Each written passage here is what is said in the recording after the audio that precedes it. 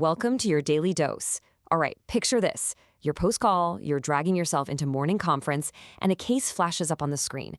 It's a soft tissue infection, but it's escalating fast. And then it happens. Your chief looks right at you. Time kind of freezes. You see the patient's vitals, a picture of a swollen, angry-looking leg. This isn't just another case, right? This is an exam question in real life. So let's break down exactly how you nail the answer every single time. So, in that high-pressure moment, what is the first thing you're looking for? Well, the most critical clue for necrotizing fasciitis is often the only one you've got in those early hours. So, what's really going on here? Why this specific sign? You have to remember, this is not just cellulitis. This isn't just a skin thing. The real war is happening deep down in the fascial planes. The bacteria are just racing along this deep highway, and the nerves down there are absolutely screaming, long before the skin on top has any idea what's happening. That mismatch between what you see and what the patient is feeling, that is your single biggest red flag. Okay, so your spidey sense is tingling. You suspect it. Now you have to run the diagnostic gauntlet, and believe me, every single second counts. So you pull up the labs, right? You're scrolling, you're looking for anything that can confirm what your gut is already screaming at you. And then you see this, the LRNEC score. And at first glance, you think, awesome, a checklist. It uses 6 pretty common lab values to give you a risk score. I mean, look at that. A super high CRP alone gets you 4 points.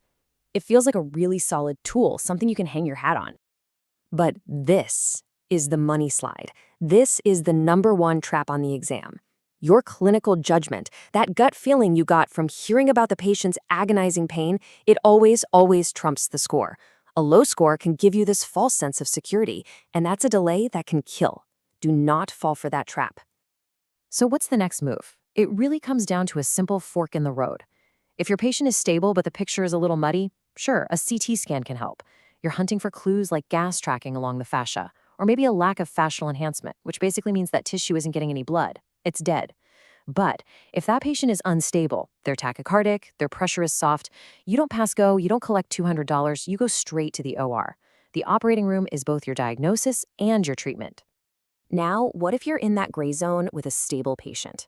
There's one more definitive test you can do right at the bedside. It's the finger test. You make a small incision just under local. If you can slide your finger along that fascia with 0 resistance, like it's separating wet tissue paper, if you see this gross, murky, gray dishwater pus, and if the tissue just doesn't bleed, that's it. Game over. Diagnosis confirmed. That is your ticket to the OR. Okay, you've made the call. The diagnosis is made. Now the real battle begins. It's you versus the clock. 50%. I want you to look at that number. That's roughly how much you can cut the mortality rate if you get that patient to the OR for their first debridement within 6 to 12 hours. Every minute you wait is another minute that this fire is spreading down the fascial planes. So what do you do in the OR? The principle here is simple and brutal. The cut is the cure. You have to be aggressive. You remove every single scrap of dead, gray, non-viable tissue, and you keep going until your incisions hit healthy, bleeding fascia that's stuck down tight. And listen, this is almost never a one-and-done surgery. You have to plan on it. Book the OR for a mandatory second look the next day to make sure you got it all. Now, while all this is happening, while you're racing to the OR, you are fighting a second war simultaneously. This one is against the flood of bacterial toxins that are sending your patient into septic shock. So your antibiotic coverage has to be broad. It has to hit all the bad guys. And this right here, this is the classic high-yield ABSITE cocktail. You need vancomycin for MRSA. You need Zosyn or a carbapenem for your gram-negatives and anaerobes. And then you add clindamycin. So the million-dollar question is why? Why is clindamycin so important? It's not just another antibiotic we're throwing in the mix. It has a very specific, life-saving job that the board exams absolutely love to ask about. For starters, it gets around something called the eagle effect. You see, in a massive infection like this one, the bacteria sometimes stop dividing so quickly.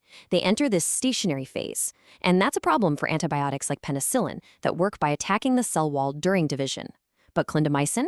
It works differently. It attacks protein synthesis, so it's still effective even when the bacteria are just sitting there. And here is its most important job. This is the key takeaway. Clindamycin directly shuts down the bacterial ribosome. That's the little factory inside the bacteria that's pumping out all the toxins, the super antigens that are causing the shock and the tissue death. So think of it this way. Clindamycin literally walks over and turns the volume knob on the toxin factory all the way down to 0. That's why you can't forget it. All right, let's apply what we've learned to a couple of specific high-yield scenarios that you're pretty much guaranteed to see. On one side, you've got Fournier's gangrene, which is necrotizing fasciitis of the perineum. The teste pearl you have to remember, the testes are almost always spared. And why is that? Because their blood supply comes straight off the aorta, totally separate from the vessels that supply the skin down there. Then you have Ludwig's angina. This is a crazy fast infection on the floor of the mouth, usually from a bad tooth. And for this one, your priority is not surgery, it's the airway. The swelling can slam the tongue back and close off the airway in just minutes. So your first step, your only first step, is to secure that airway.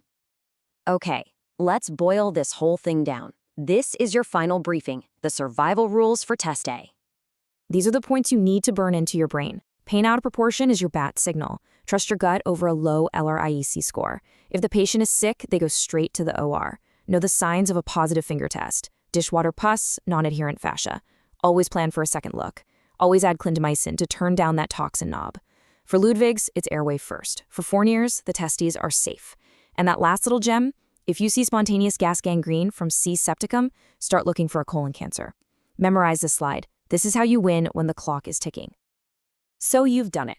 You've controlled the infection. The initial fight for their life is over. But the war is far from won. The next battle is just beginning. Reconstruction, rehab, and trying to manage a devastating wound. It's a powerful reminder that for these patients, survival is just the first step on a very, very long road.